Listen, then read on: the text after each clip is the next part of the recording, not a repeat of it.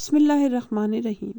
तौबा का असली जौहर इसमें है कि माजी की गुनाह पे नदामत, हाल में माफ़ी की दरख्वास्त और मुस्तकबिल में इस गुनाह से बच के रहने का अज़्म।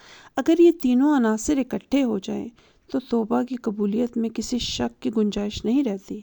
तौबा की कबूलियत के बारे में सूरह बकरा में है, यकीनन अल्लाह ताला मोहब्बत रखते हैं तौबा करने वालों से और मोहब्बत रखते हैं पाक साफ रहने वालों से।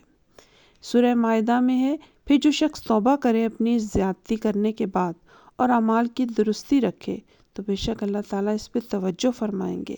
बेशक खुदा ताला बड़ी मग़फ़िरत वाले और बड़ी रहमत वाले हैं। अल्लाह का एक पाक नाम या गफ़ारो है, यानी बड़ा दरगुज़र करने वाला। जो शख्स 100 बार या गफ़ारो अग़फ़िरली नमाज असर के बाद कहेगा तो अल्लाह ताला इसे बख्शे हुए लोगों में शामिल कर देगा इंशाअल्लाह।